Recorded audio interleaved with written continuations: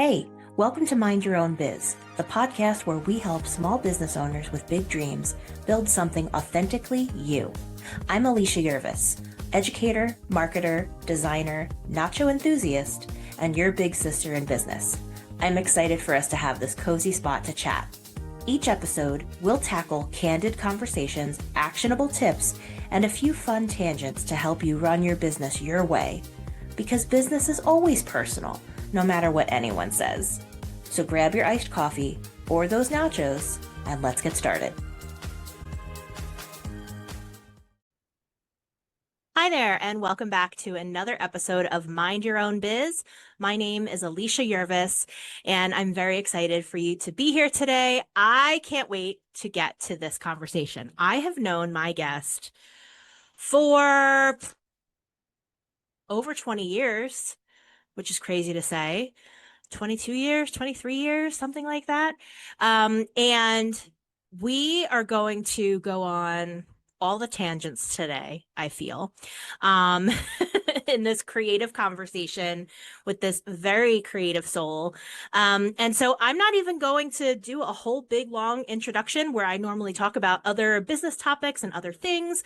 I just want to get right into this convo. So I am so excited for you to meet this awesome lady. So Caren Lyn Manuel-Tackett is a true Renaissance woman.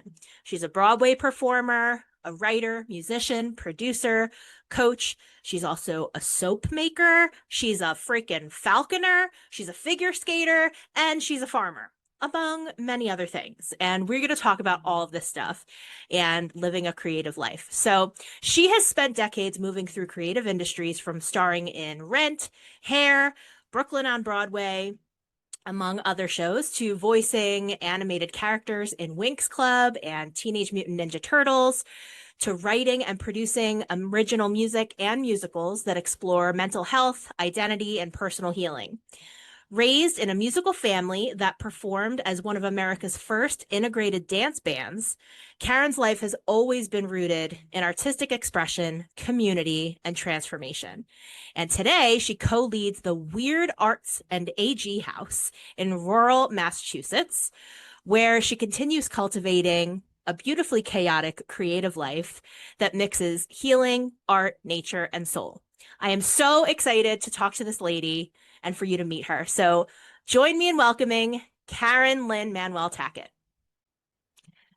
Hi, my friend. It is so awesome to see your face. Oh my gosh. I was just saying, I have known you for like 23 years or something. Whoa. Which is crazy. That's bananas. That is back to my... Yeah, back to my Wow. Rent head days. That's right. I've talked about Rent before on this podcast a couple times, and I have it for those watching on Love your YouTube. mug. I have it represented back here with my Love Rent the mug. Don't even have one. Really? You don't have, do you? Wait, you must have Rent merch though.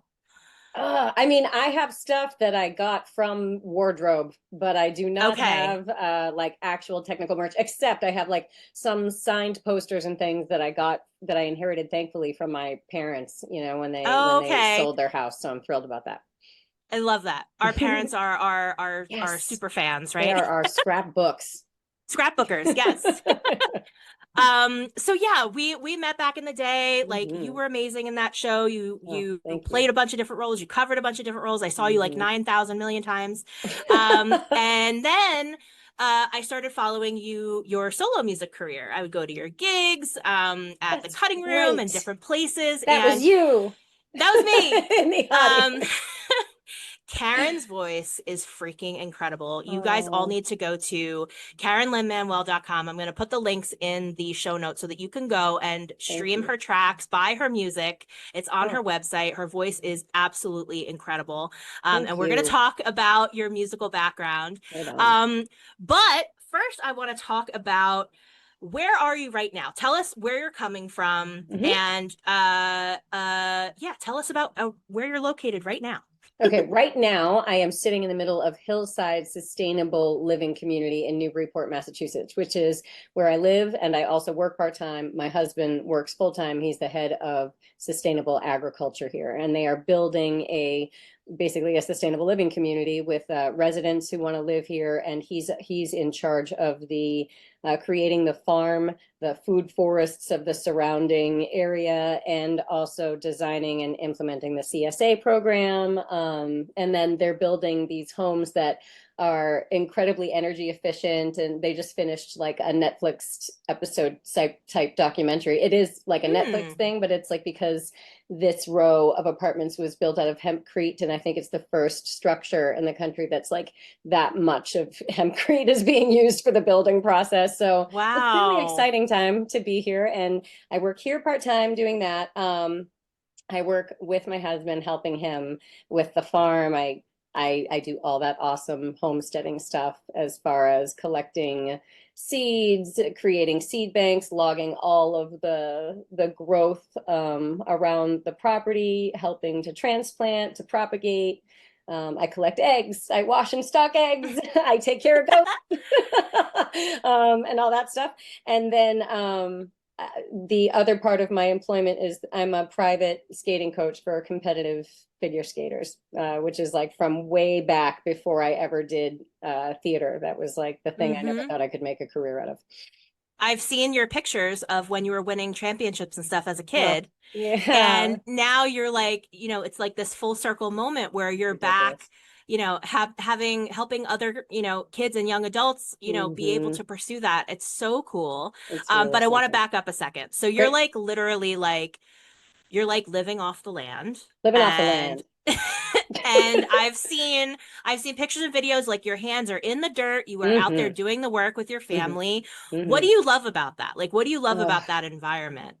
Okay, well, part of me, I think it's because I was born and raised in Boxford, Massachusetts, and it's like every, house was like a 2-acre plot. So I always say I was pretty much just raised by the woods. Our parents, like, I'm a late 70s, 80s kid, so our parents would literally open the door and be like, "See ya," and then they'd like yell for us at sundown. So I would always say that I was raised by the woods. So I always feel like a little bit more, and this is so cliche, but I do feel more grounded. I feel more connected when my hands are in the earth, when my feet are in the earth, when I understand. I can see so many parallels, and I constantly make these parallels to the cycles of growth of plants, and how they parallel the cycles of growth within me in life and in this world. So I feel like it's just constant medicine. And my husband, there is a beeping that is happening, and it is coming from my stove. Hold on just one second. I'm turning All good. All good. Okay. I couldn't hear anything on my end. It's Thank fine. you. That was driving me bananas. Okay, that's off. But my husband has a phrase that he has hanging in our kitchen, and it says, "Making the medicine is the medicine." And I think that that's the part about being a part of this that I love the most.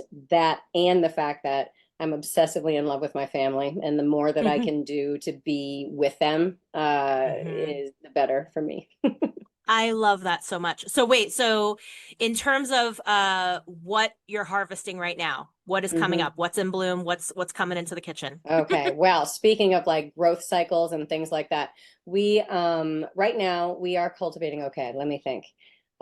Germination, as far as what I logged today, we've got watermelon, we've got all kinds of different squashes, zucchinis, different kinds of potatoes, tomatoes, dill, peppers, onion. Then we do things like castor and tobacco on the sides to like prevent other creatures from coming in and getting things, because they're a natural deterrent and stuff. And my husband is really against pesticides or anything that I think what he'll always say is that we have to be careful of our degree of intervention. So anything that we can utilize from what's already growing around us, we take and put in. And so we also have strawberries, we have chocolate mint, we have pear trees, we have apple trees, we have hazelnut trees, we have what is these? I don't even know. So many more things. Yeah, I so can't even cool. begin. So much. Yeah, I and love they're all it. at different stages of growth. And so I get to go and walk through all the rows and all over the land and see what needs to be, like, I'll collect seeds, log those seeds, it's really fun to like raise different generations of plant life. It's so weird. You get emotionally invested in these things. Like I'll be like, oh, I just collected your seed, chamomile, and then I'll like put it in this, flat. And also I'm a musical theater person, so it's like nothing is without drama. I'll like go up to the chickens and be like, hello, chickens. You know what I mean? Like I it's love it. always So wait, so you're growing stuff, but do you also like I know you make soaps and we're gonna talk about that in a second, yeah. but do you also make like cheeses or do you bake or any of that stuff too? Oh yeah, we absolutely do. The goat cheese, I only like one certain type of goat cheese, and it's this really awesome kind that's the best for salads. And my friend Tracy taught me how to do it, and it's really simple. I'll probably put it on my website, but it's a lemon zesty kind of goat cheese. It almost feels like some kind of like feta that you would put on a salad. That's my favorite use for eating goat cheese.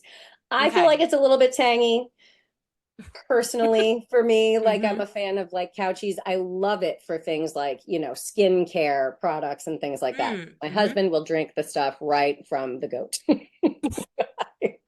Not me. So the soaps though, like these soaps are incredible. I've seen pictures on your Instagram and stuff. For those of you who are listening, hop into the show notes, go look at Caren's Instagram.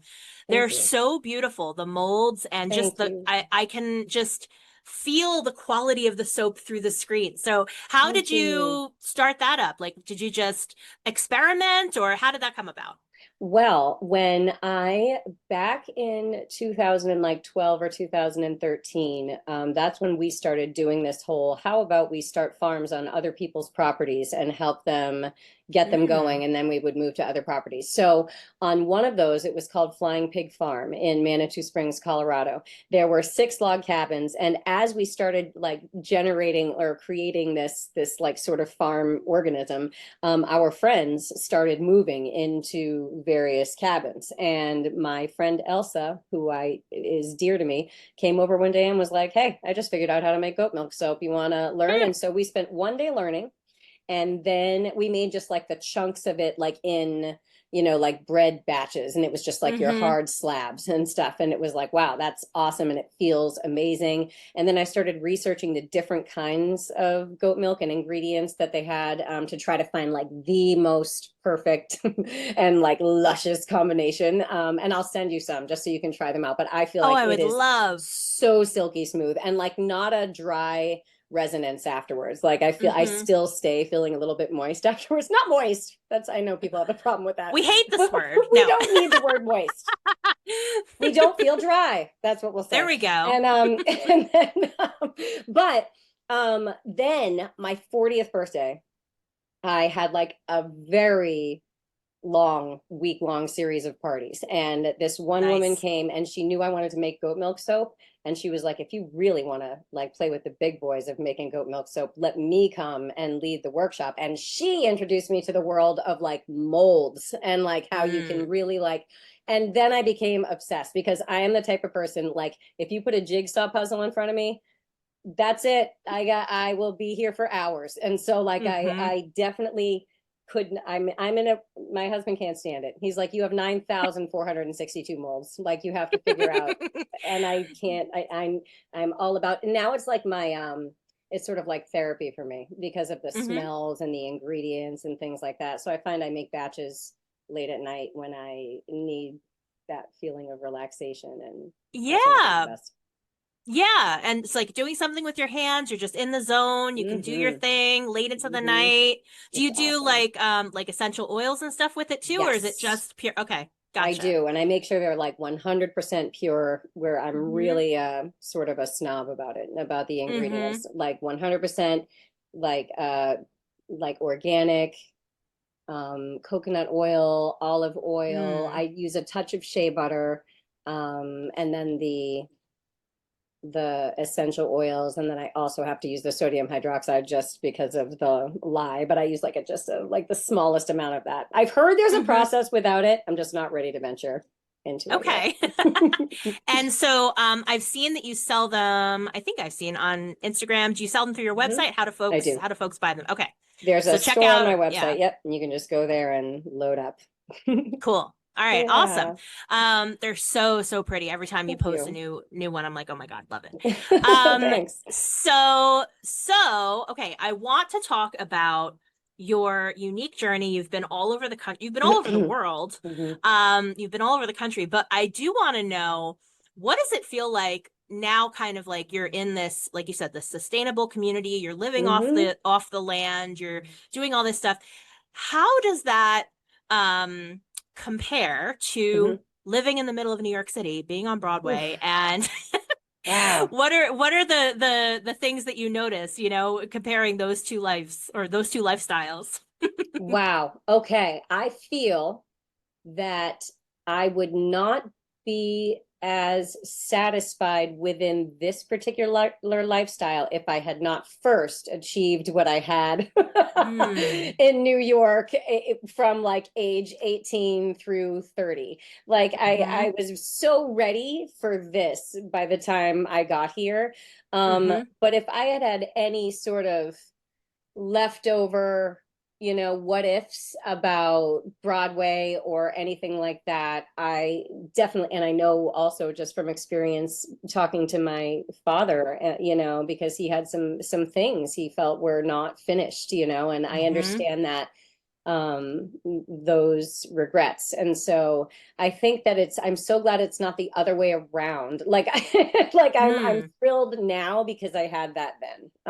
hmm However, it's supremely different, a very different lifestyle. And I think that because I'm such a tour child, a child hmm of constant motion, within this tiny organism that I live in, I am never sitting still. So it's like, mm, and that is a hustle that was cultivated, from show business. And like, I can hardly sit down. Like when I sit down at the hmm end of the day, I have to be knitting or something because it's just like, hmm when's the next job? When's the next gig? Gotta go there, blah, blah, blah, blah, blah. And it's hard to get hmm out of it. And I even realized that, I designed the same work schedule for myself up until the end of June. I had Mondays off and was working every other day of the week How constantly. funny. And I hmm and I was like, why am I so tired? And like, because I was hmm also doing heavy lifting and farming and skating. So it was actually a little bit more,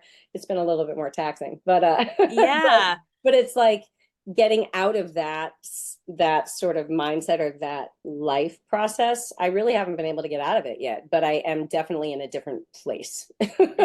Sure. Mhm. Yeah, that's such a good point about for those of you who don't know, on a typical Broadway schedule, Mondays are normally your day off. You're dark on Mhm. Mondays, and Mhm. a lot of folks get used to that schedule. Yeah, you make your plans on Monday, I guess, Mhm. to Totally. do fun stuff. I mean, not that Broadway's not fun, but you know what I mean. Exactly. Um, It's just a lot of so work. that's really fun. Yeah, And yeah. then everybody else would be having awesome weekends, and you'd be like, that is literally my busiest time of life. And I will see you on Right. the other side of the weekend, and like when I'm Exactly. recovering on Yeah. Monday.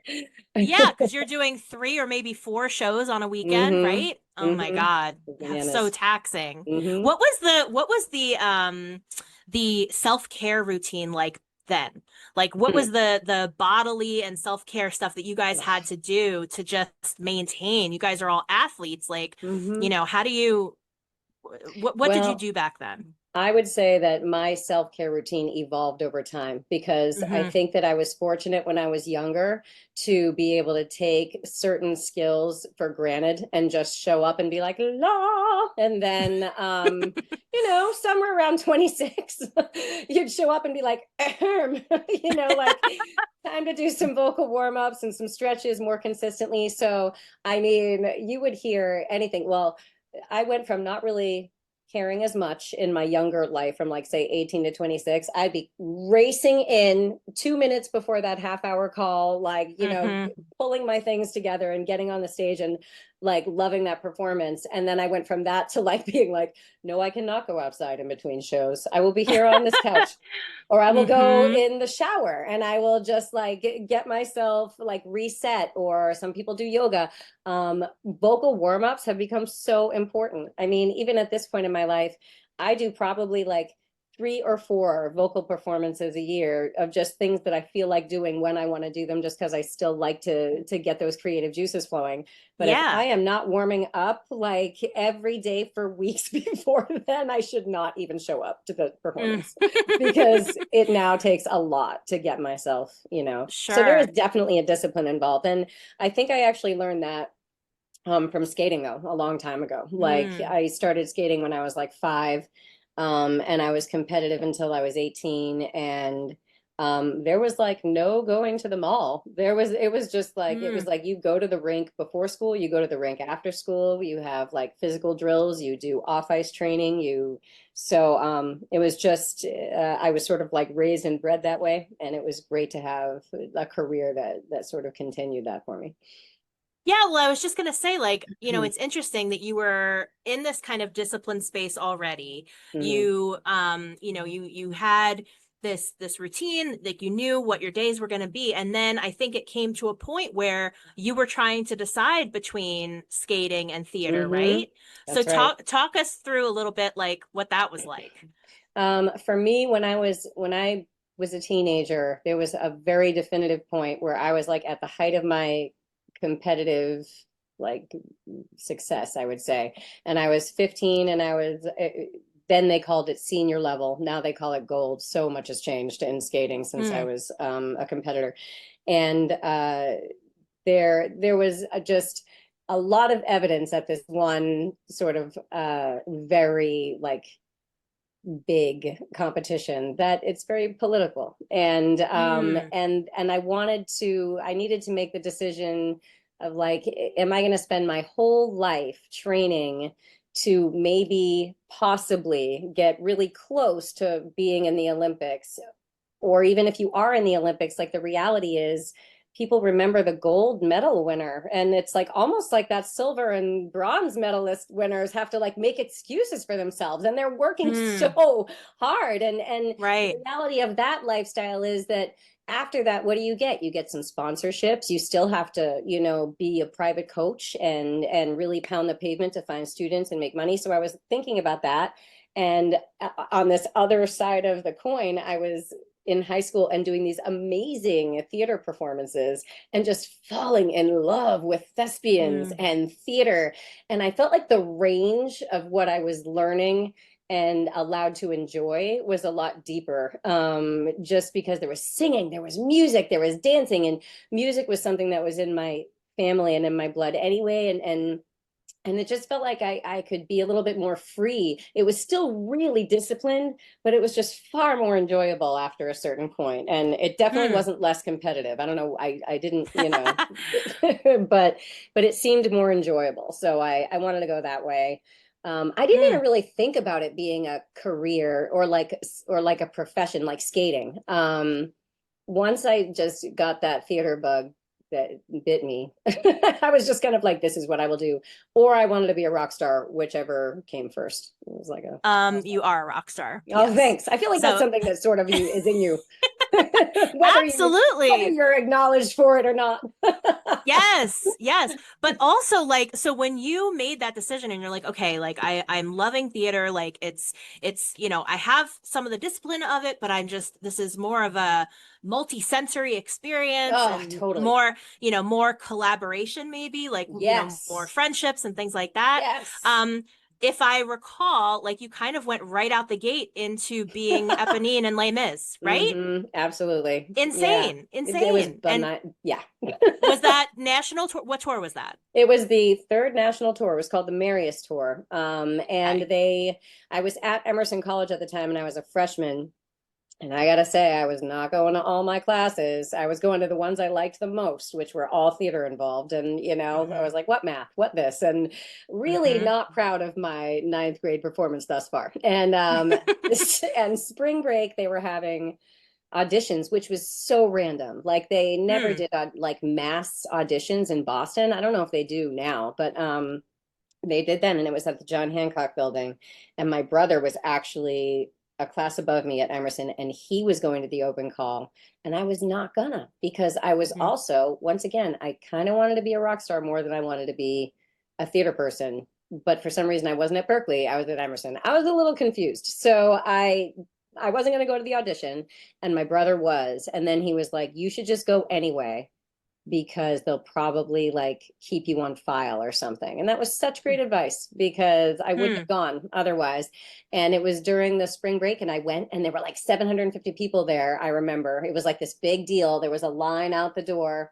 And I definitely thought it was the furthest thing from possible that I would book the job. So I was super relaxed. And I think that that's the reason why I ended up Wow. booking it, because I was like a social butterfly, bopping up the line, trying to get people's numbers, being like, where do you go? Do you go to Berkeley? Do you go to the conservatory? Blah, blah, blah.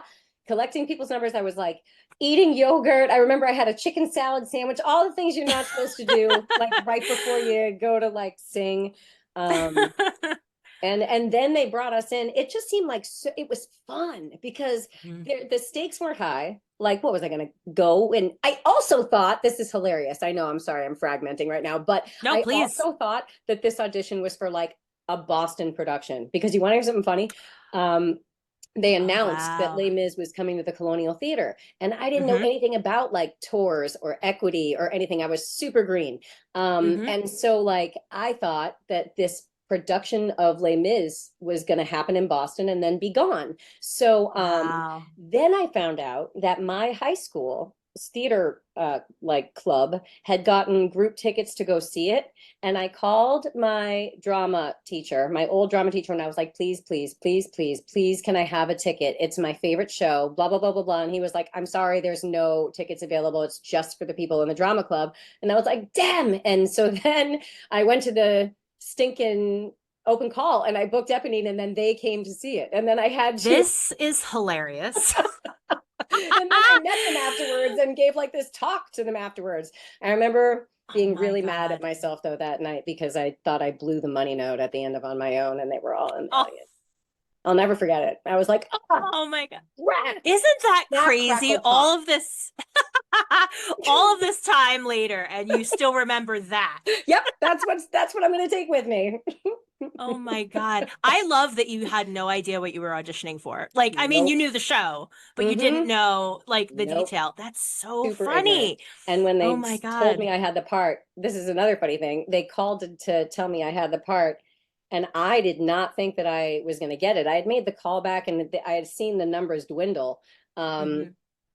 But I thought that the phone call that I was getting in my dorm room was this guy that I regretted giving my number to at the audition. And Oh, so gotcha. my roommate Eileen was like, this guy called.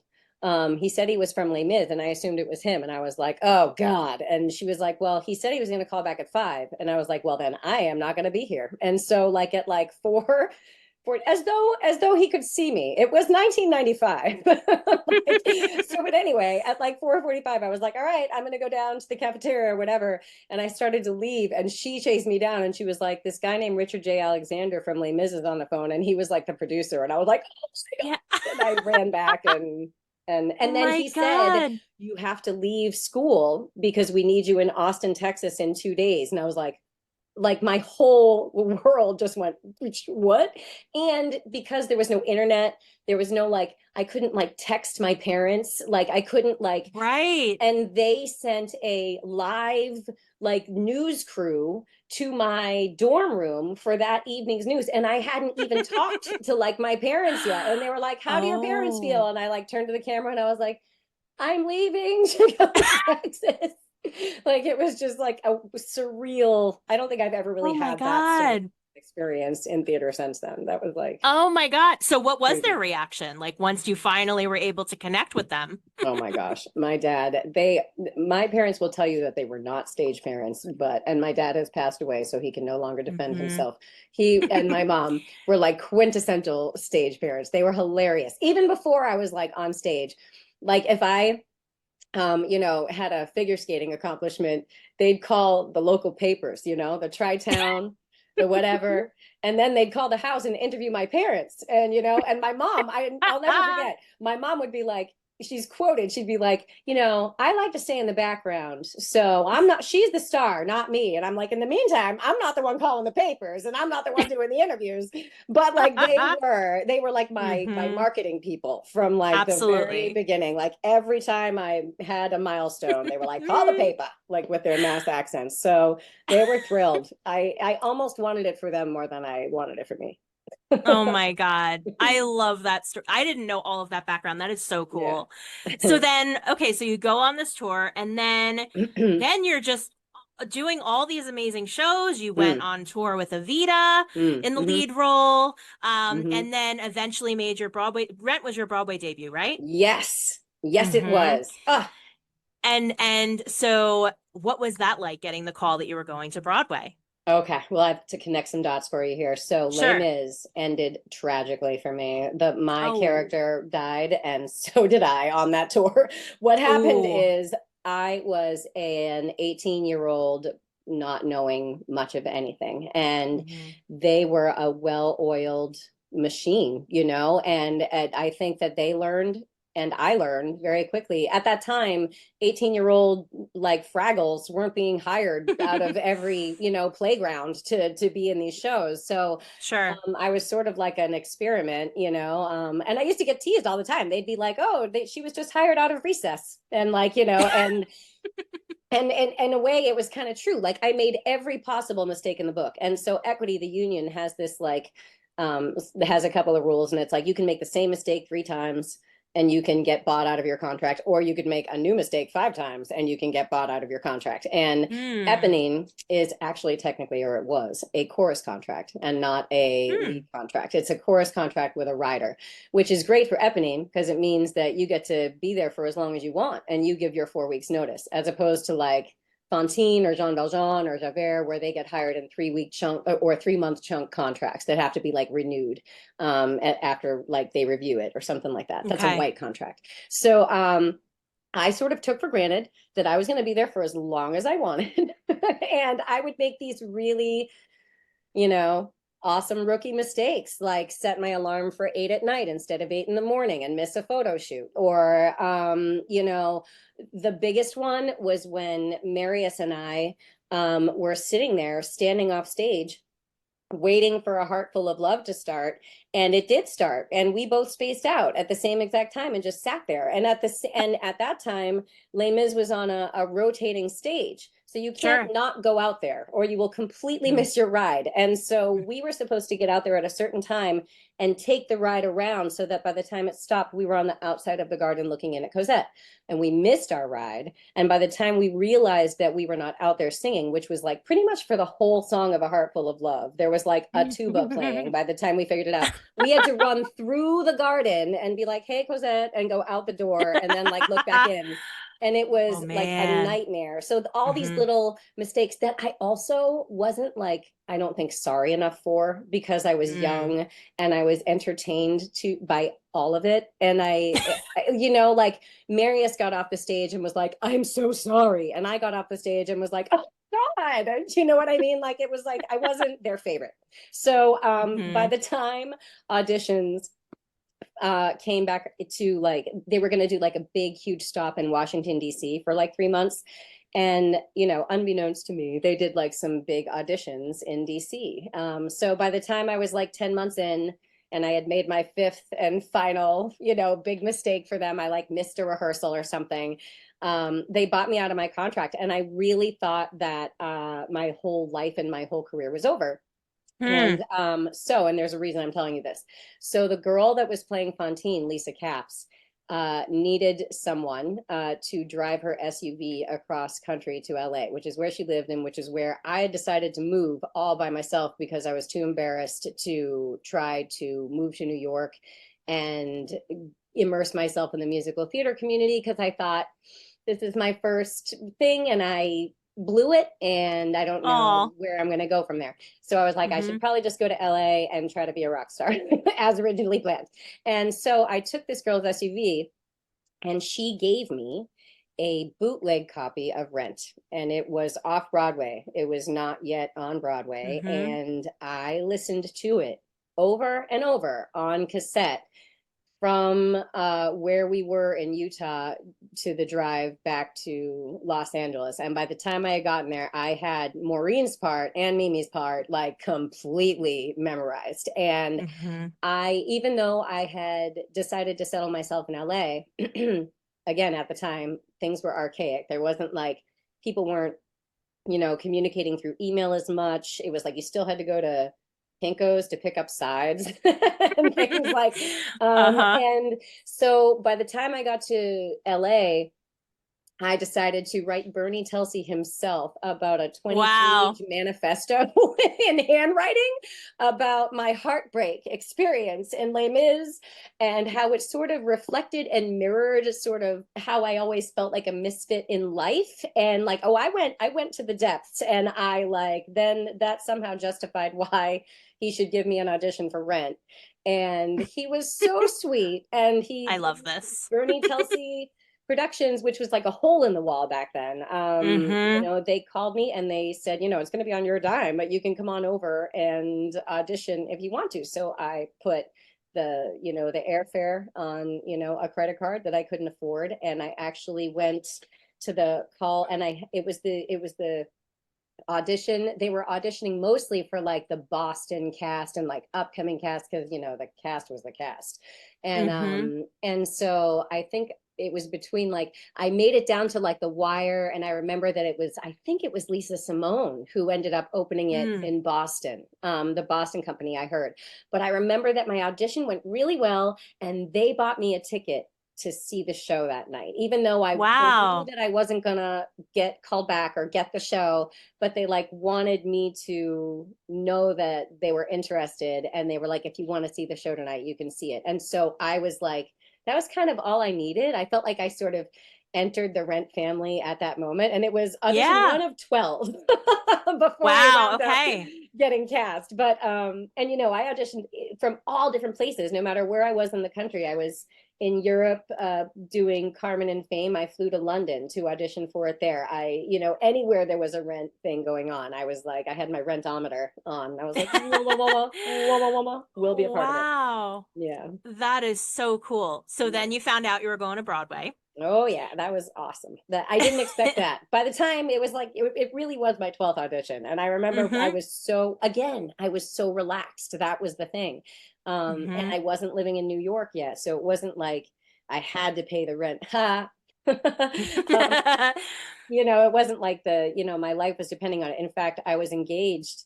When wasn't I engaged? I was engaged like to it was like my uh, it was my third engagement.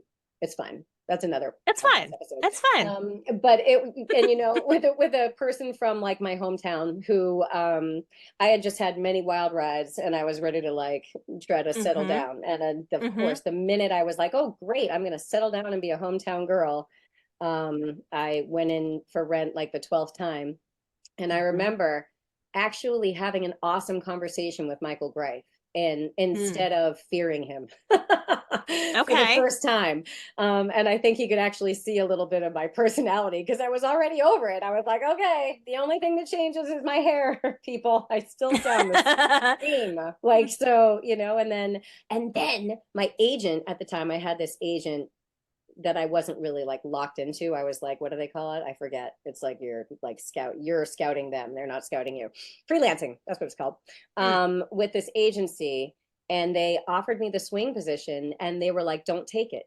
And they were like, if you book it as a swing, Broadway will always see you as a swing. You'll never get a lead Mm. part. You'll always get looped into the swing thing.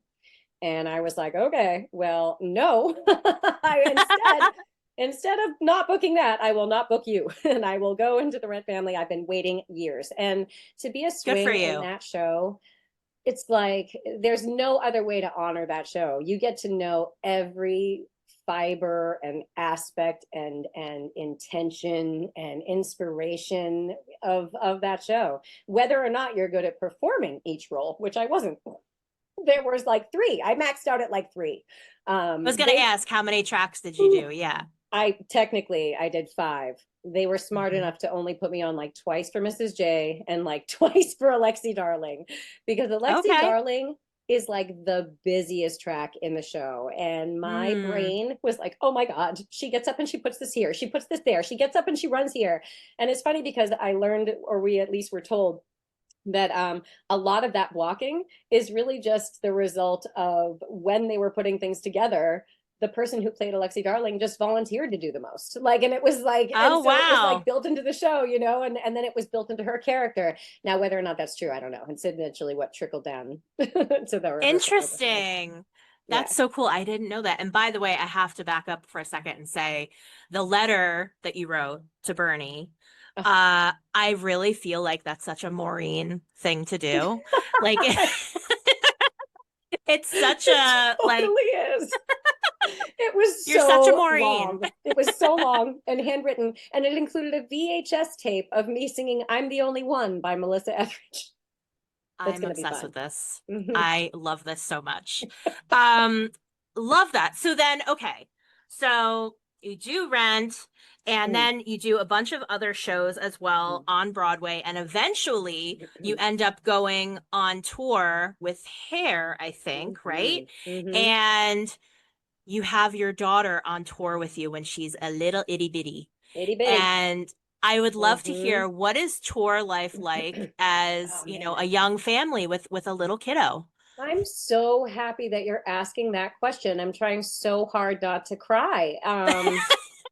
You can cry, I'm it's like okay. looking up and blinking.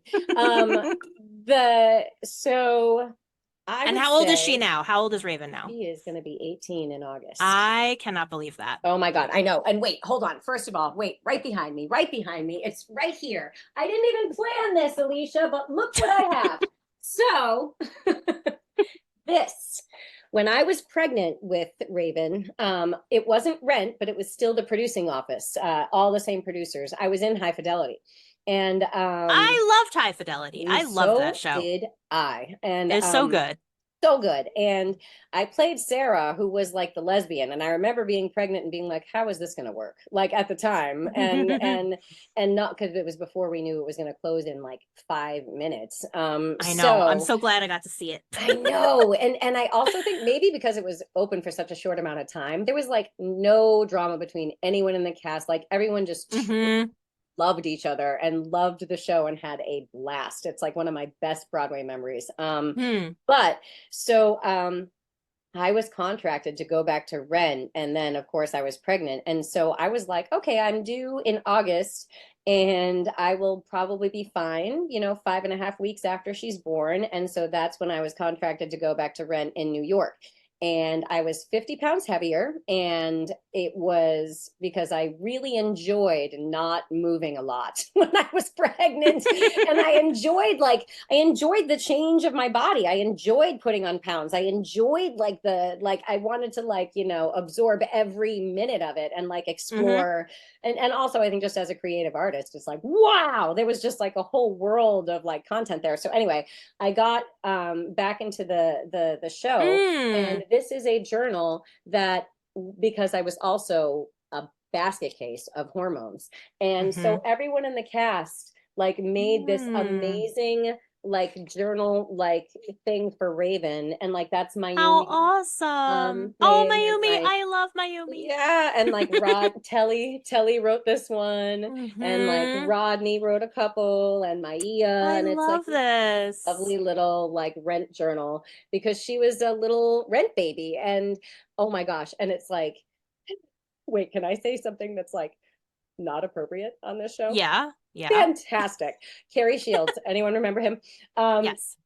he he was like, I would drink okay, I had to pump breast milk like in my dressing room in between shows because Uh-huh. I had Uh-huh. to, because I had to. And Jeremy was a stay-at-home dad while I was going back to the show. And I'm going to tell you, Rent was the family to return to if I was going to be this much of a basket case. Like I didn't realize like how much my hormones, my everything was going to like change or shift.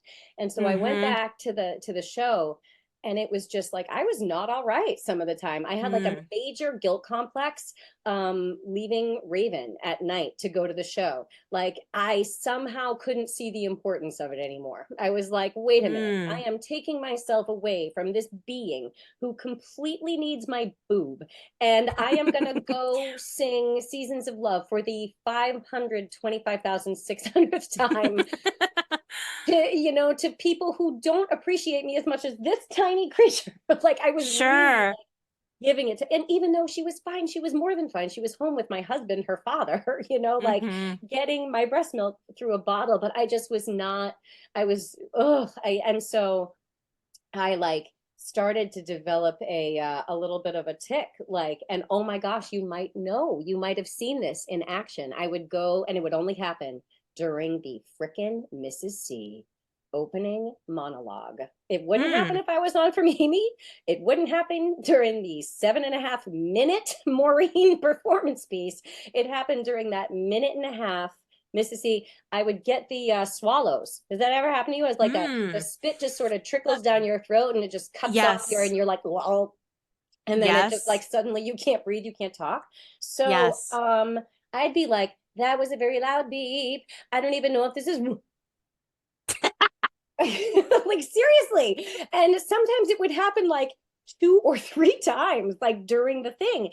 And it became like kind of a problem, like, or like an issue. And it wouldn't happen any other time in the show except right there. I had like mentally programmed myself to do it. And it was definitely like a panic attack, like manifesting Mm. itself like right in that, in that spot. But I like couldn't, nothing that I did, and no like technique could like help me. And then finally, this one time, I can't believe I'm telling this story. Please, no one sue me. Michael Greif was coming to give The director. he was coming to give notes, and Jay Wilkeson, who was a lovely human being and who I will ever appreciate to this day for not suing me. He was playing Gordon. He was on for Gordon, and he is in my line of sight as Mrs. C, and he is the last thing that I see before I turn to put my glasses and my sweater on to do the monologue. And Hmm. Jay is a trickster, and he just is a goofball, and he loves to play. And so he didn't realize, I think, the emotional and mental toll this little blip was having on like my whole everything. And Hmm. I went to go run to my place, and I caught his eyes, and he went like this, like that. Oh. And Michael was in the audience giving notes. And I think I did the swallow thing like every 5 seconds. Like, and like you Oh. could, everyone was just kind of like, she Oh fucking my shit. God. And yeah. And so then the problem was, I didn't realize, Alicia, that this was the moment that I was going to also get my first periods that I have ever had since like being Oh. pregnant. Like, so like Hmm. all the hormones, all the everything was just building. And, the song Rent is an adrenaline builder anyway. And so this thing had just happened. I decided to Hmm. turn to Jay and like like set my dagger gaze on him, and then throughout the whole song Rent, my adrenaline was just building and building and building. And then we have this cross, backstage to go to like our next scene or whatever. So Rent was over, and we go down and cross. And this is me being human. This is a horrible thing. But he was like ready to like joke with me about it, and I freaking punched that guy right in the chest. I did my cross. Wow. Like Telly flew out of the way. He was like, whoa, and I just went for it, and I just punched him, and I was like, that never happens again. And then I ran up to my Wow. dressing room, and then I got my period, and then I was like, oh, and then and I sobbed, and I was like, and then Michael came to see me at intermission, and I'll tell you, that Rent family, they gave me a paid week off. They sent me flowers. Oh. They sent me a card. Crystal was like, Caren, I think you might not be getting enough sleep. Like it was like they just sort of went like this Wow. instead of, and They then knew you Jay, needed it. they did. And Jay was just like, I thought we were cool. Like he was just like so amazing about it. And he was like, and I think you cracked Oh. my rib. Like it was just very, very like, but it was Oh. like like rent was to say that like my family, my husband, like we got married at a Mimi's in the backyard of a Mimi's house. Raven was Mm-hmm. basically born on the rent stage. Like Carrie Shields drank my breast milk on a dare. Like it's a I was wondering where the Carrie story was Carrie going. Shields because oh yes, he was subject to my pumping. But like so the life on tour, I remember what we were talking about. So um after I did hair, we did it in the park real quick. And then hair Yes, was going to move to Broadway. Central They Park. ended up Mm-hmm. offering the contract of Sheila to Casey Levy instead of me, and I was heartbroken. Mm. And then Rent offered me the Mrs. C on the Rent farewell Broadway tour. Mm-hmm. All those originals, you know, Adam and Anthony and Gwenny and Rod. I don't think Rodney was with us. No, it was Jacques. But I definitely could not turn it down. And I will definitely say that I hope that since then, more supportive structure has been created to support families that want to go on the road because Mm. it is tough. And there's a reason why, if you have a family, more than likely you're the one that's on the road and the spouse comes and visits you with the child and you stay for they stay for a week. But like I knew that I wasn't going to be able to do that. That's just and that's nobody's like that's not to say one's better or more healthy. There are people who were like, I can't believe you brought your daughter on the road. That's so unhealthy. They need, you know, a stable foundation. And yes, they do. But I felt that she needed me, Mm-hmm. and I just wouldn't have been able to focus on my job at all, thinking about what she might be doing or what my husband might be doing. We're such like a unit. Mm-hmm. And so like we're the oddballs who, you know, when lockdown happened, despite the horrible pandemic, we were like, we get to hang out together more. Yeah. Like it was Aw. like you know, it wasn't a it was a benefit to the whole thing. You know, Mm-hmm. so but I'll say traveling with Raven was awesome because she loved flying, and I got progressively more fearful of flying. Like I'm horrible at it now. Anything I can do to not Mm. fly, I will do. I will swim to Okay. China before I will fly there. But Raven was amazing. She made everything an adventure. She would clap when, you know, planes landed.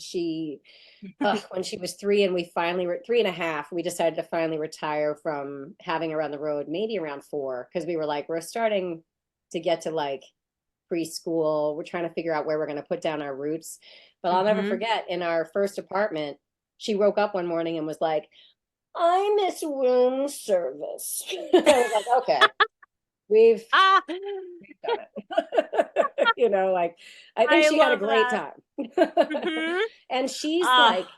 she was born into such like everything was like her senses must have just been like I can't even imagine because she was on that stage like and those stage lights and those audiences, especially when she got to hair, because we were on tour with Rent for a year and a half when she was a tiny baby. But the Mm-hmm. years there were the rules there were more strict, so I definitely saw her more outside of the theater than at the theater. Then we went on the road with hair, and that was like bring your kid to the theater. She would hang out with the swings and put her makeup on throughout the whole show. And then during Flesh Failures, they'd be waiting. You know, whoever was not on as a swing would have her in their arms, and she'd come out right when we'd invite the audience up, and they'd put her in my arms, and she'd sing "Let the Sun Shine In." Oh, And love she that. remembers that. She has memory of I that, was you gonna know. ask if she has memories. She Mm-hmm. sure does. And then there's also other things where it's like I'll never forget you know, when we did Born Blue, like at the cutting room, this other show that I wrote, and it's like there was this unbelievable beautiful woman named Jamila in the cast, and she had transitioned. And my daughter was obsessed with her, and I wanted to like tell her about, you know, Jamila's journey of Mm-hmm. transition. And Jamila was graceful and amazing enough to allow for Raven to sit on her lap and have me explain, you know, how people sometimes like change how they look on the outside to suit how they feel on the inside, and have this conversation with her about that, and have her understand how natural that is at such a Mm-hmm. young age, you know, so that it was Mm-hmm. something that by the time, you know, we were off in the campgrounds, like walking on trails and looking for salamanders, we'd find like Mm-hmm. 3 salamanders, and I'd be like, look at the mom and dad and baby salamander. And she'd be like, no, actually, that baby salamander is being raised by 2 mommies. And I'd be like, right on. Like, Wow, like, you amazing. know, so it was probably, I would arguably say it was probably the best thing for her young mind Mm-hmm. as That it is so evolved. cool. Mhm. I love that so much. And so you talk about putting down roots, Mhm. and you mentioned earlier about your musical upbringing Mhm. with your dad and that lineage. Um, Talk to me about the orchestra. Tell us about that. Mhm. And how has that inspired you, throughout Mhm. your own artistic pursuits and your own artistic point of view? Wow. Well, I was born into a mixed race family, and I'm so, so appreciative of that. My father, Charles H. Manuel Jr., and I say Manuel because there is always like some sort of question as to how we really pronounce that last name, and it always has been that way ever since growing up. I was so thrilled to change my name to Tackett, and because I was like, people are like Manuel. Manuel, and actually the people within my family say it all different ways. So, and Hmm. have for generations. And I think because they are a family of performers, they were always just very like please the people, and didn't care that much about it. So Hmm. um my section of our family says Manuel. And so Okay. they back in 1917, my father's side of the family, they started this band called the Manuals Black and White, and it was named that to sort of embody the mixed race of the family. And they Hmm. played I want to say it was like ragtime at that time or something. And they it was like some sort of rare situation, and I think it had to do with wartime, where people put sort of the segregation aside because they needed the entertainment, and most of the people were off Hmm. fighting in wars. So my Wow. father's family would get booked for all these dances and things, and then because they got so locally prominent, they just continued to play for generations and years, and the community really like loved and supported them. And it lasted for generations. Like it started at 1917, and every generation of manuals like played within that band, myself included, until I want to say 2012 or 2013 when they officially disbanded. And they are known locally for being America's first and longest running interracial dance band. So Wow. um and several documentaries they've always tried to like make these sort of documentaries, but it's, to be honest, the people that are usually interested in that type of history, um it's so sad to say, but like they've passed away. Like I Wow. came back home to you know, help my mom take care of my father after he had his stroke. And that's when I really started digging into like the archives, and really started understanding like just the accomplishment of even just being able to be a mixed race family in Beverly, Massachusetts at that time, and have that kind of Hmm. love and support, and have your music thrive is an accomplishment in itself. And then to have the music that has lasted. One of the things that I love about the band itself,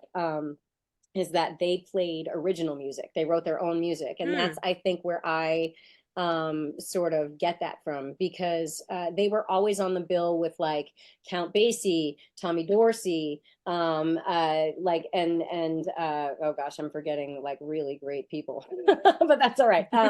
And they would always like sort of offset all of the standards, and they would play these originals that became really well known.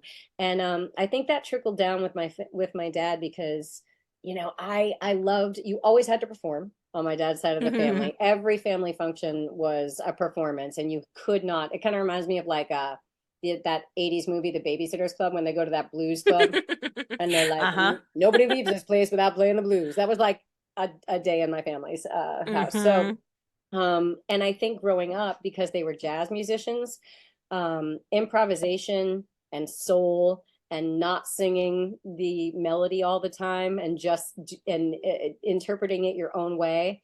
My dad would just be infuriated with me because he couldn't understand that I was trying to master riffing by literally singing Mariah Carey's Vision of Love album on a loop, and possibly the next album after that on a loop, and like Shaka Khan, and singing and like doing Stevie Wonder's albums. I would want to sing all of his riffs but a third up in harmony, so I could like practice my harmonies and stuff like that.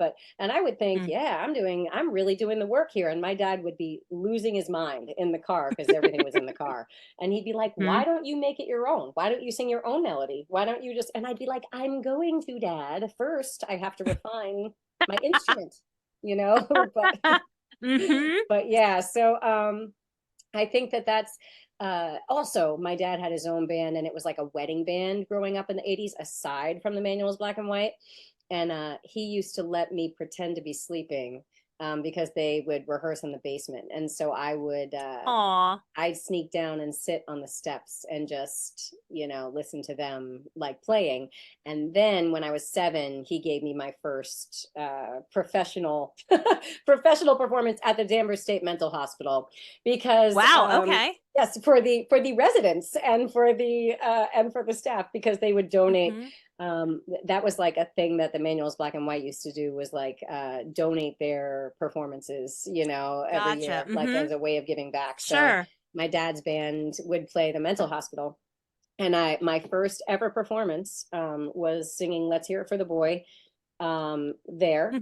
And they loved me, actually. And afterwards, I'll never forget, this girl got on stage and played an invisible flute. And wow, yes, and I did not, I remember, because I was 7, it didn't register to me that she was a resident. And I remember looking at my dad, and he just had this like almost uncomfortable expression on his face, but was definitely just like letting the song, continue and letting it happen. And she was just, in my head, I thought she looked like Wendy, from Peter Pan, because she had like a robe on or something, and she was just dancing around playing this invisible flute. And I was like, she is amazing. That's like the strongest memory I have of my first wow my dad's band. That's so cool. I love that. And also, like, when you're talking before about like, I'm trying to get the riff exactly right, which is, I guess like the kind of the opposite, I guess, of what riffing is doing, but you're trying to learn it. I love that so much. Which is why I was making him crazy. Yeah. Well, I have to tell you, I have heard you sing Shaka Khan, and you kill it. So I've heard that live. Thank you so much. I missed that with Mark Ford. Rest in peace, Mark Ford. Mark Ford. Oh my God. He Mark was my Ford is Shaka amazing. Buddy. Yes. Oh my God. So many good times at the cutting room. Absolutely. Speaking about the cutting room, and speaking about, you were just talking about mental health. Like, you have created several of your own musicals. And I wonder, first of all, when did you start writing musicals? Was it Women in 3? Is that the right? Was that your first one, or had you written ones before that? Why was that an important outlet for you to explore on the writing side? Wow, thanks for asking that question too. This is like a therapy session. So I have been writing musicals. I am that person whose life is a musical inside her head. Got it. The people who I would get infuriated at school, because there's always that divide between straight actors and musical theater actors. And it's like, often straight actors will think that musical theater actors aren't real, legitimate actors. The word schmacting comes to mind, but like, but I would definitely, and people would say, it's just not realistic. You don't go through life and then something happens and then you just burst into song. And I'd be like, au contraire, like, I beg to differ. Actually, some of us do burst into song.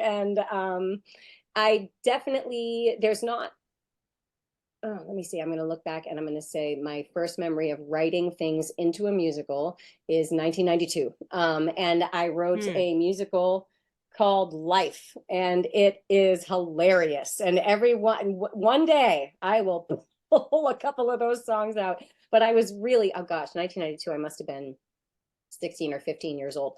And I was uh it's definitely about, oh, that's called Life, and it's definitely, I can't even talk about what it's about. It's about something that, like, I think I was working on writing musicals before I didn't have a lot of connection to the content. I think I was a musical fan. It was like part Sound of Music, part Les Hmm. Mis, part Phantom of the Opera, part, it was like a Mm-hmm. smattering of my influences in like a bunch Mm-hmm. of cute songs, and the storyline didn't have much to do with anything completely connected to me. So, but Mm-hmm. it was like my first shot at it. Then, when I was 17, I wrote a musical called Perfect Son, and it was about a high school kid who was like the captain of the football team and courting the prom queen, and eventually came out of the closet in a really um, like tight knit and conservative community.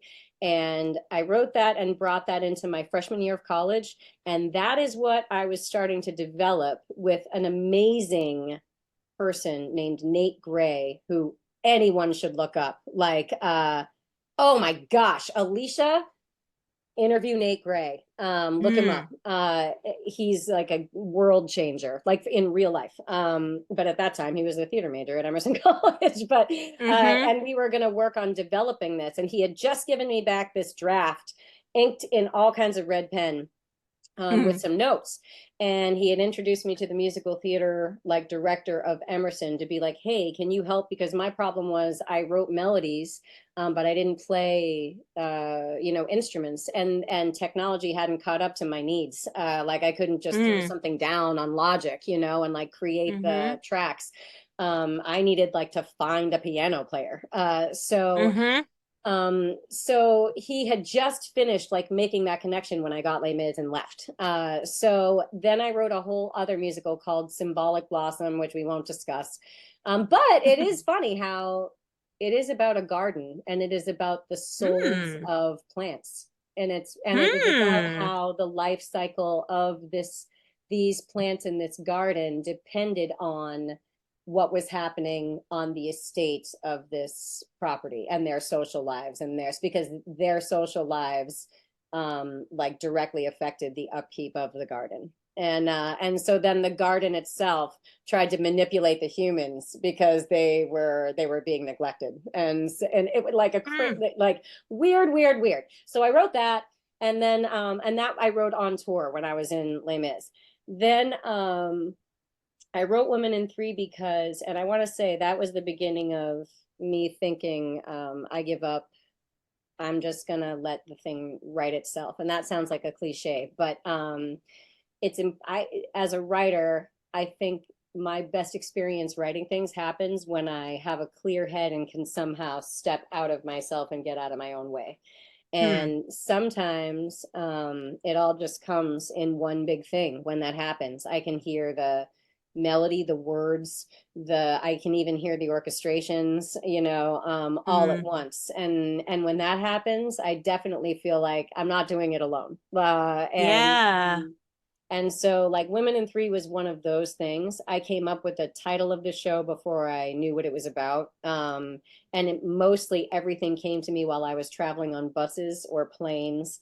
And then what I didn't write when I was traveling, I wrote backstage of the Nederlander Theater when I was with Dominique in the Hmm. swing dressing room, and she always knew I'd like she'd be talking to me about something, and I'd be like, uh-huh, and then I'd like start to space out because the inspiration would come, and I'd suddenly think of a song, and she'd be like, oh, here she goes. And then she'd like lower the lights, and she'd light some incense, and she'd light a candle, and she'd like give me the room, and like, and then she'd come Hmm. back, and I'd be like, okay, I came up with this, and blah, blah, blah, blah, blah, which is why I pretty much used everyone from Rent when it was time to do it for the first time I at the remember Fringe. that. Hmm. Yeah. I love that. She recognized what was happening. You were entering the artistic zone. It Hmm. needed to be protected. And Hmm. she just, excused Hmm. herself and made that cocoon for you so you Yep, could do your thing. she sure That's a good did. friend. No, she's amazing. Amazing little Rent family sister. Hmm. I love that. And so then I know there were several performances of Women in Three over the years. I think Hmm. you continued to workshop it and, Yep. do these different versions of it. And then how did Slide come to be?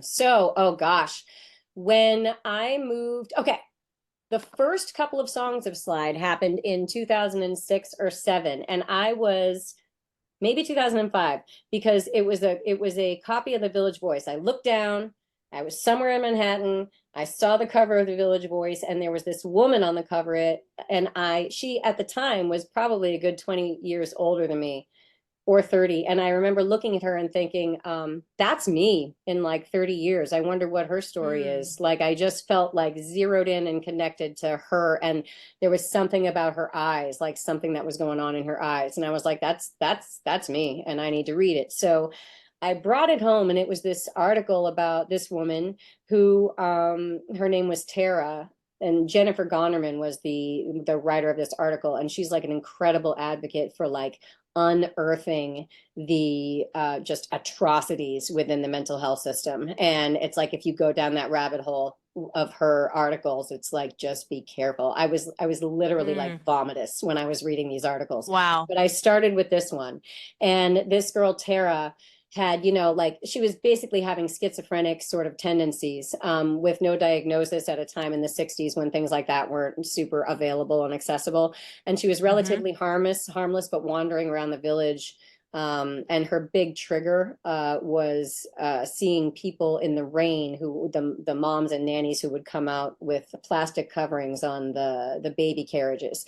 And at first she would think like, oh my God, these children can't breathe. Oh my gosh, these people are suffocating them. Oh my gosh, these people are kidnapping them. Oh my gosh, these are my babies. And she would go like into this huge, Mm. sort of psychotic spiral. And one day she put her hands on another person's infant. So finally she was arrested. And at the time Mm. in New York, I don't know if it's still like this, but if an infant is involved, when you're booked, you also become a registered sex offender. Oh, And wow. she was definitely thrown into prison, and she had no like ways of being medicated or anything like that. So she was deemed unfit for trial and thrown into a mental institution where she was medicated. And then she was deemed lucid for trial, then transferred to the prison. 2 days would go by, she'd wear off, up, she's unfit for trial, back and forth, back and forth, back and forth for over like 7.5 years, while like convicted murderers went free, and she's just stuck in this system. So for some reason, I was just so like connected to this story, and I was like, I must I must Hmm. shed light on this. Like I had no idea why I felt so passionately connected to it, but I was like, this is the next thing I'm going to write about. Because at the time it was like Women in Three had gone through its like umpteenth production into the ground. And I was like, okay, it's no longer better. It's just different every time. And I just Mm. don't like, I don't know if it's going to be the last creative thing I do, but I feel like it's no longer like feeding me. And is that the Mm. last thing, like, is there anything else? I used to just write songs to write songs. And all of a sudden I'm like in this, like, it must be a musical thing. So, I was trying to like just do that. And I was like, but I couldn't get away from like having a theme, I guess, because I was like, I'm gonna write about this. So I Hmm. started writing about it, and I write these two songs. And at the time, I had a friend of mine named Kelly who was subletting one of my bedrooms in Astoria, and she was on tour with Rocky Horror Picture Show in Europe, and she was like listening to the first two songs that I was coming up with, and I was playing the bass at that point, and so I could kind of sing and plunk my way through playing things. And she was like, "Yeah, I really dig these songs, and I'm listening to what they're about. Like, can you explain a little bit more?" So I told her about this article, and she was like, "Wow, you should meet my friend Jonathan, who, he just did a documentary of his whole life of mental illness, and it was a big thing on Netflix, and I hardly see him anymore because it like just sort of skyrocketed. But if I ever talk to him again, I'll maybe hook you two up." And I was like, "Great." So then a couple of days goes by and she comes running in and she's like, "You're not going to believe this. I literally just bumped into Jonathan. I mean, leave it to New Hmm. York City." And she's and it turns out he lives like 3 blocks, that way. And she's like, "And I haven't seen him in ages. So I'm not going to like make your connection now, but I just wanted to like let you know." And I was like, "Great, thanks."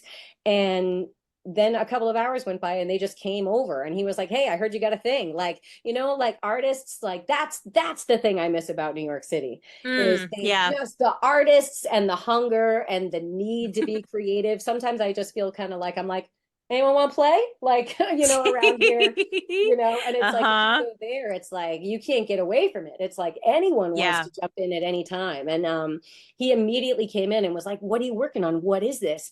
And he definitely fueled my fire and made me feel in that moment like it was a project worth doing. However, Hmm. then I got pregnant. Then I went on the road. Then apparently Women in Three wasn't done happening because we changed the name of it to Born Blue. And Michael Greif gave me notes. And suddenly I went back into doing that again. And I was like, I'm never going to do Slide again. That was a really weird moment in time and maybe it'll get done someday. So then we flash forward to like 2012 and I had moved to Colorado and I was real depressed and I had no idea. I didn't even think I knew that I was depressed. I just knew that I didn't know what I was doing with my life because we had moved there to get away from the business, to get closer to Jeremy's family and to try to embrace like just a different approach to life because Hmm. I also, it's like you have to have and maintain just a certain level of narcissism to be able to continue thriving in show business. You just Hmm. have to. And it was like Raven's milestones were like, oh, she started walking during Hair. She started talking during Rent. She started doing this during this. And it was like, I don't want my shows to define her milestones. And I don't want her life to be about my shows. And like, I I, see. I, I was really, really insecure about that. And Hmm. then also my husband was amazing and constantly supportive of whatever it is I wanted to do with my career. He'd be like, "Okay, I'll work the spotlight. Okay, I'll work the merch booth. Okay, I'll Hmm. not work. I'll be the stay-at-home dad. Okay, I'll be hanging out with the guys in the band after the show." And it's like he had unbelievable career drive and unbelievable dreams that he wanted to like achieve that it just wasn't going to happen if we were constantly chasing the showbiz life. And so it was like we Hmm. have to make this like leap and this big switch and just see what happens. And of course, like 2 months in, I was like, "This is not going to work. I do not know how to live this life." And Miri Park, one of my favorite humans, who was Alexi Darling on the Rent Broadway farewell tour, and now I feel like has a creative stamp on pretty much every Rent production that happens. And she sent me a link to a TED Talk that Elizabeth Gilbert did, and she wrote Hmm. Eat, Pray, Love. And it was exactly what I needed to hear in that moment because I was like, I'm just not being creative. I feel like I've passed my prime. That's all I'm ever going to do. Blah, blah, blah. I was like, I'm going to be an apron making housewife and I'm going to be excited about the things that I got to do while I was allowed to do them. And that's it. And this woman, oh God, her TED Talk was like, she had that success with Eat, Pray, Love at a young age. And then she spiraled into a depression thinking, that's all I'm going to do. That was my big, thing that I did. And then that triggered her to research why artists and creatives off themselves so much and have suicidal thoughts now more so than like, let's say in Shakespearean times. And before that, it just wasn't as Hmm. much of a thing. So the more research she did, the more she realized it came down to the root of the word genius. And it comes from the word genie. And back then in those times, genius wasn't something that you were, it was something that you had. And that majorly spoke to me because it was like, oh, if an artist produced this work of art that was like amazing, they didn't have a huge ego because it was like, oh yeah, my genie was working with me on like it was like a spirit, that my genius Hmm.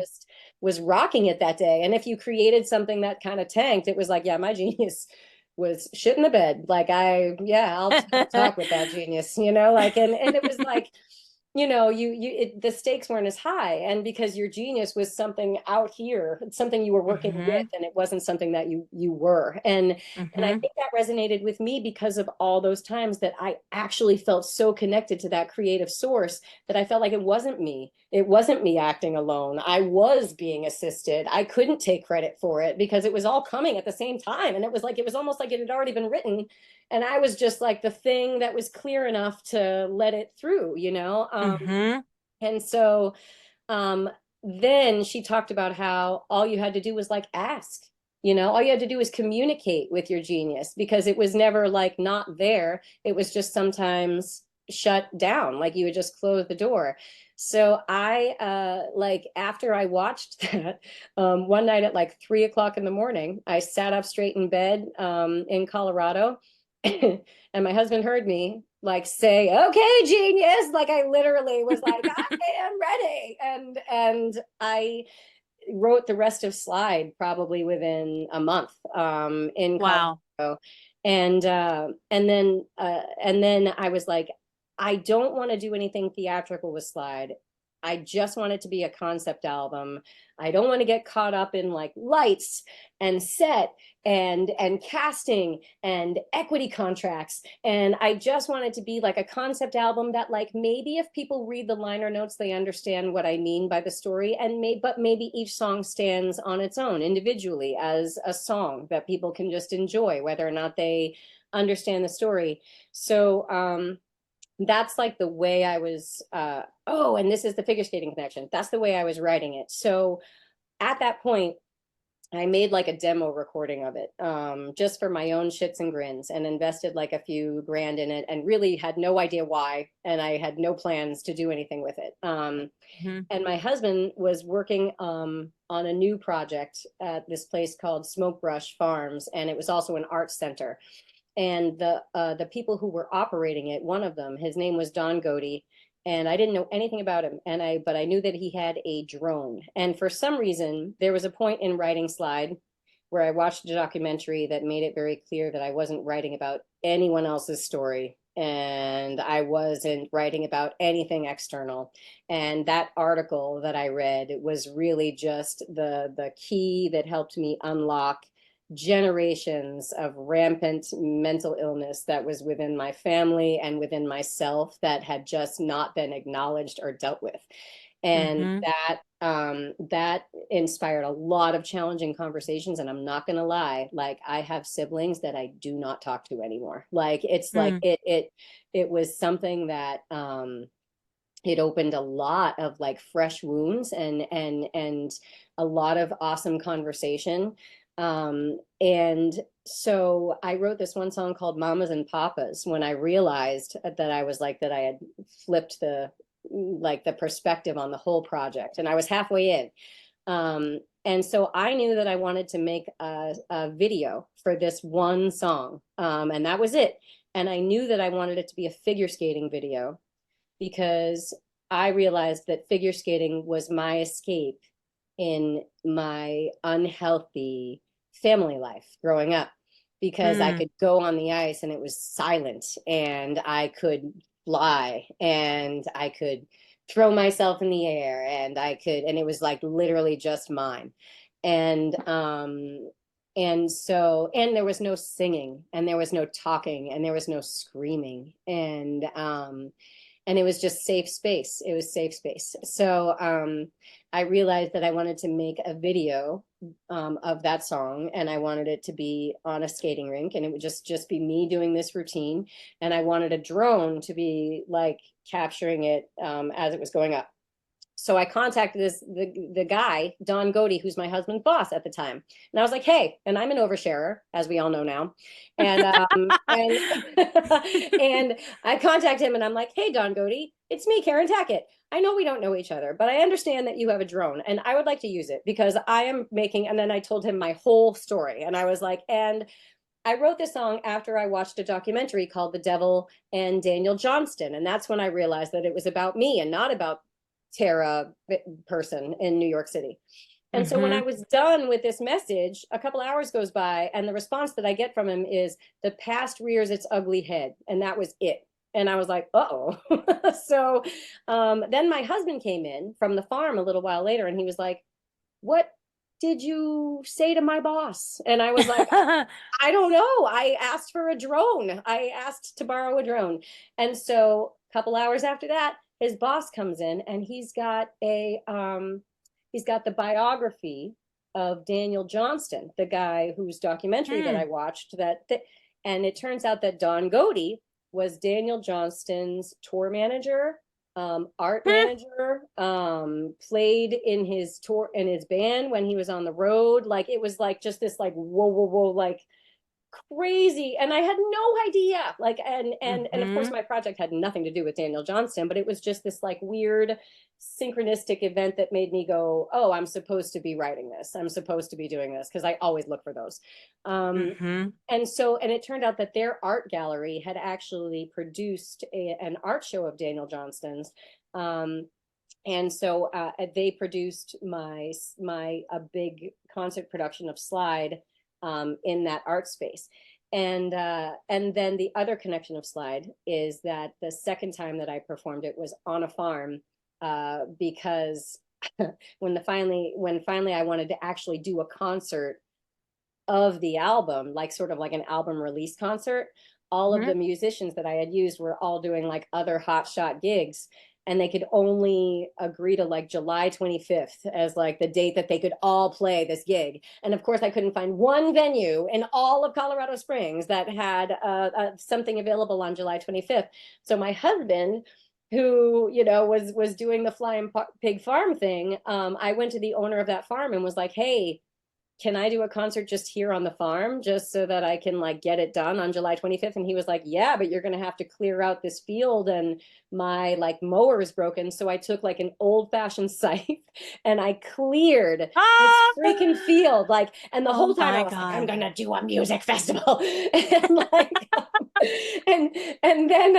and then I got the idea to do a music festival. I was like, it shouldn't just be my concert. It should be like a healing arts festival, because the whole theme is like mental health. And like part of what helps me feel healthy mentally is like agriculture and soap making and candle making and massage and like growing food and music and belly dancing and just, you know, and I was in like this like bohemian mecca. So it was, the whole community was like here for it. And this wouldn't have probably happened as successfully in other places, but because of the magic of Manitou Springs, like the mayor got involved. So, and within months, we had this healing arts festival on Flying Pig Farms. There was 9 bands. My band was the last one. There were like 12 vendors. And it was just like this amazing festival that was like, it connected like all of those elements for me, but never figure skating until we did it here like last year, I guess. So it's another one. I never let my artistic projects die. I just keep beating them with. Well, I was gonna say, like, I know Colorado was a special chapter in your life in many different ways, and I want to talk about that before we wrap up. But I also just want to say that like that whole story about Slide and then the festival and everything that happened, like it's another instance of like divine collaboration like coming through you. You know, like you're saying like all these signs, all these things, like the Daniel Johnston thing, like that's crazy. And it's just like another indicator. Like I like to pay attention to those universe winks, like those little things that happen. You know, they're so important. And I love that that happens for you too, whether it's you writing a song or whether it's you putting together an event or, you know, figuring out your next step in the path of life or whatever. I love that you welcome that, and also that you're like listening for it. Like I feel like sometimes people they're not open to that, or they shut it out. And I just feel like if it's going to help you, you know, complete the thing. Yeah, pay attention. Absolutely. Did you have to do work in your life to like work on that, like on that paying attention, or did you just always have that kind of radar and you always listened? I have a really eclectic spiritual background that my father's side of the family cultivated in me. That was like, I spend too much time paying attention to that and not enough time in reality, like, which is probably why I spend a lot of my time with my hands in the ground. Like Gotcha. like And I'm like, sometimes my husband's like, sometimes there's no underlying meaning. Sometimes it just means that. Mm-hmm. So, I got you. but to be honest, like sometimes those things are undeniable, like those Yeah. moments, and when they are undeniable, I'm definitely paying attention. Yeah. Mhm. So, when you had in between, New York and touring, and then now going back to your roots in Massachusetts, you Mhm. did spend time in Colorado. You Mhm. did amazing things there, so many cool adventures. Mhm. And I have to mention this. Mhm. Please talk to me about your falcon. Ah, yes. So that's another thing that was sort of instilled for me from a long time ago, but I've always had that feeling of feeling really connected to raptors in particular. And I've always like I can't explain it, but the feeling of like a hawk or a bird landing on my arm is something I've always wanted. And this really random thing happened one Easter with a pheasant, and that sounds crazy, but there was a wild pheasant outside my mom's house, and I was like young, and she did not want me to go up to that pheasant, and I somehow walked up to the pheasant and made friends with it, and it was here, and I put my arm out, and the thing hopped up onto my arm when I was a little kid, Wow. and I never really let go of that feeling. And then I never realized it was something people did or practiced Mm. actively in this time period. Like I knew it was like Mm-hmm. an ancient practice, but it Mm-hmm. wasn't until Colorado, and I think it's just because there was no showbiz grind. I had space, I had time, and I was like, I'm going to look this up and see if there are people who do this. And so I found two falconry clubs in Colorado that took this on and had this practice, and it's very strict, like fish, the fish and wildlife, it's like highly regulated. It's like I can't believe they don't do this when you have a baby. It's like they come and they examine the building. It's like it has to be certain, very, very rigid rules. Mm-hmm. And I contacted these people, and it was like the president of the club, and they looked me up, and talk about being put into a box. Like they saw my like theater Broadway background, and they were like, this Harry Potter fan wants a snowy owl and is not a falconer, Uh-huh. and so Uh-huh. for 2 years I really had to prove myself, because it's a gruesome practice also. It's not just Hmm. about, training a hawk to come when you call, because you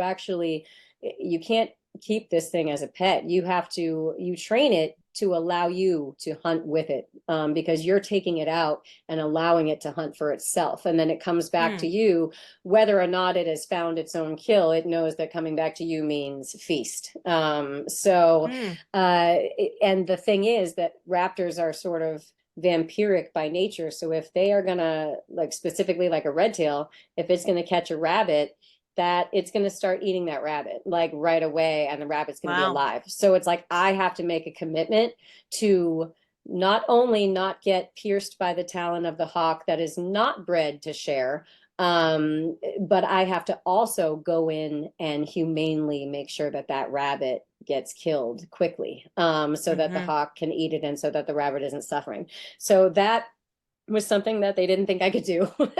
And I had to prove myself with, and to be honest, it took a long time. I'd come home and be like, I don't know if I could do that. I don't know if I could do that. And I also Mm-hmm. didn't have a huge connection to where my food came from. Like I was the person that was like, I don't need to see it. I don't need to see it being prepared. I don't need to even pick it up out of the grocery store. Like I know where it came from. I think it's yummy and I'm Mm-hmm. appreciative of it, but I don't need to be that connected to it. So and now as a falconer, it's like I know every organ. I know what that thing eats. I know where the predators are. I know the diseases of the predator. I know what plants, could help that. Mm-hmm. It's opened a whole world of like connection to my place in like the food chain. Yeah. And I really, really appreciate it. Like now I feel like less of a hypocrite when I eat my burger. You Right. Yeah. know? And there is this amazing picture I saw of you at some point with it on your arm or on your Mm. wrist, and you just look so freaking badass, and it's the coolest picture ever. But Thanks. I love that. I love that that was such a like that's a very a big time commitment, like Mm-hmm. you know, such dedication to Mm-hmm. really, you know, stick with it and do Mm-hmm. that. So I think that that is just awesome. Thank you. Um, and so then, okay, so now you've come back to Massachusetts Mm-hmm. and you are also running this place called the Weird Arts and Ag House, right? Mm-hmm. Mm-hmm. So tell me a little bit about that.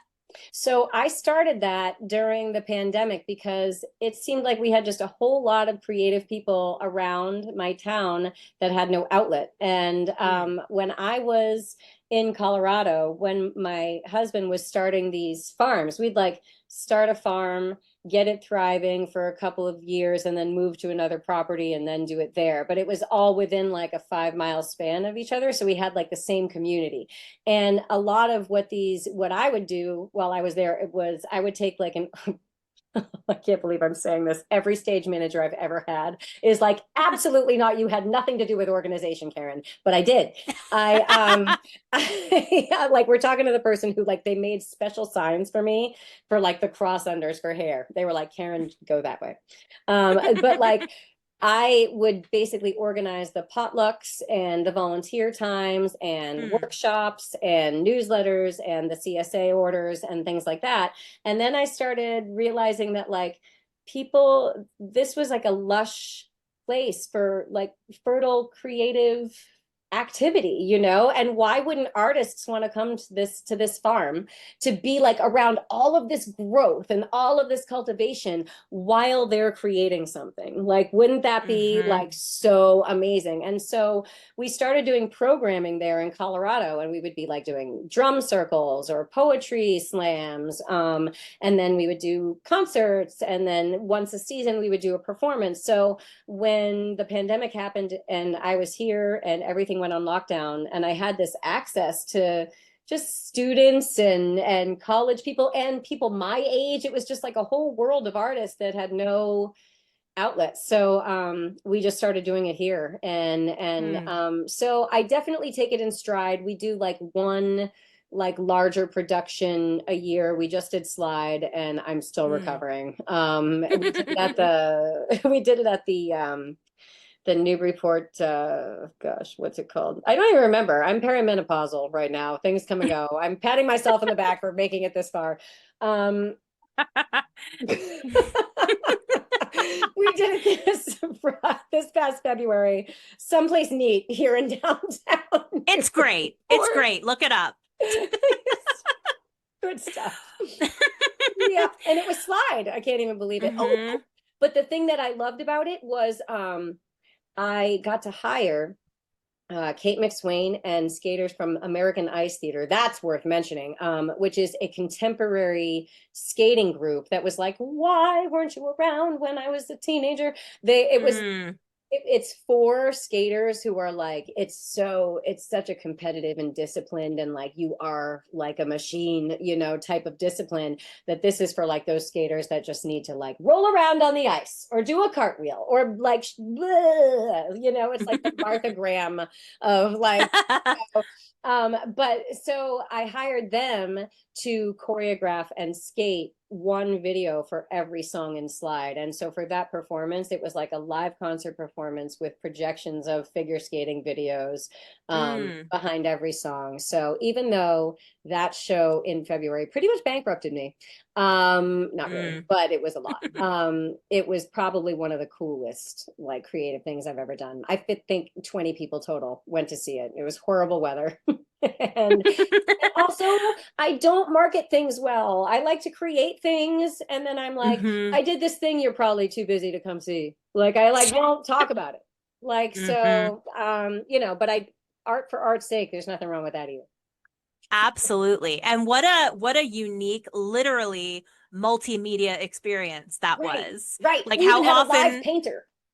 that's so cool. Like you Yeah. never hear of all of those things combined. And in a similar way, it's like such a representation of you and your life and all Definitely. of these different passions, all of these different mediums, these different locations, these different projects. Like on your Definitely. website, you talk about, you know, describing yourself as like a creatrix. And I just wonder, what does that word mean to you? To me, that means like open vessel, like Mm, that I can turn on or turn off. And it's like I enjoy communicating and connecting with creative force. And literally, whether that comes to me in a flat of soil that I'm about to drop some seeds into, or in a room with a bass and an idea for a song, that's how I invest 1,000% of myself in every aspect of life, is like getting to the creative root of it. And so I think mm. that's why I would call myself one. I love that. Oh, that's such a good answer. Thanks. Um, so Caren, I have just loved this conversation Me so too. damn That was much. Like, amazing. Thank you so I much. Oh, it's my pleasure. Like I said, I've known you a long time, but we Yeah. haven't gotten to like do a deep dive on so many of Right. these things. And like, you know how it is when you're friends on social media and you're seeing like, snapshots of things in someone's Yeah. life and you're, trying to connect the pieces. But this was just such a cool way to hear how everything came together. You're such a Thanks. creative, unique person, Thank and you. I just love all of the stuff that you're involved in. Thank you, Um, Alicia. as you're welcome. And as we close out here, I just love to ask my guests this question. Hmm. What is something right now that you are just obsessed with? Like something, whether it's something you're watching, you're reading, you're doing, you're eating, a place that you love, a person you love. Like what's something that just lights you up these days? Oh my gosh. Something that lights me up these days. The way my daughter is Hmm. evolving into a human being, and the ways Mm, that I see her learning from my mistakes, and then also coming up with, like, her identity is becoming her own, and learning from her every step that she makes in her actualization as an adult is my newest obsession. Like, just mm. that is my new thing. Like, just seeing her unfold and helping her unfold is my big thing. She's also just, I know that we're wrapping up, but it's like we are so insanely connected that, like, she just came with me to Texas. I was head coaching the Theater on Ice Nationals, which is like another merge Mm, of things where it's like teams come and they do crazy theatrical narrations on ice and whatever. So mm, we were on our way back from Texas, and it's like she's such a creative. Everything she does, like, she was like, "Hey mom, we've got some hours to kill." Clicks on this recorder. She's like, "Can you just tell me about your experience in LA?" And like mm. now and then when I was done telling her about that, she was like, "Hey, do you mind if I take it a step further and contact some of your bandmates from LA and get their perspective?" And then she did. And she was on the phone with them for a couple of hours. Then she emerges and she's like, "I think I'm going to write a pilot for a series that's about like a band that's trying to make it like in LA, but I'd like to use your music as like the band's this or that or like whatever." And it's like I'm watching this happen is my new thing. Like, Hmm. like that, it blows my mind watching this come from her and be all hers, but how she's also doing this thing where, like, she's kind of preserving some of my work, Hmm. and only because she wants to. And it's like that's a huge gift, and like watching her take it and own it, like, is my thing. That's my thing. I'll be That is here doing it. so cool. Yeah. That is so cool, especially because, not for nothing, she's a teenager. So the Right, fact that she even is interested. Right. That's awesome. Well, she sounds like a creative vessel too, just like her She mom. is. She's So something that is else. really cool. I love Thank that you. answer. It's so beautiful. Thanks. Well, Caren, thank you again so much. Mwah. For those of you listening, hop into the show notes. I put all of Karen's links in there. You can follow her on social media, visit her website, buy her Thank music, you. listen to her albums. They're so, so good. I've been Thank a fan you. for 20 something Oh years. my gosh. I'm a big fan of And yours now. I'm going to tune into every show. This is awesome. oh, thank Even what you you. said in the very beginning of just like the process, I was like, whoa, you could definitely like host so many workshops. This is like, I'm tuning in. Thank you. Thank you so Hmm. much. All Absolutely. right, my friend. I will All talk right. with you soon. It was We'll great to stay in see you. touch and All thank you right. again so much. This was a great convo. Thank you. Bye. Bye.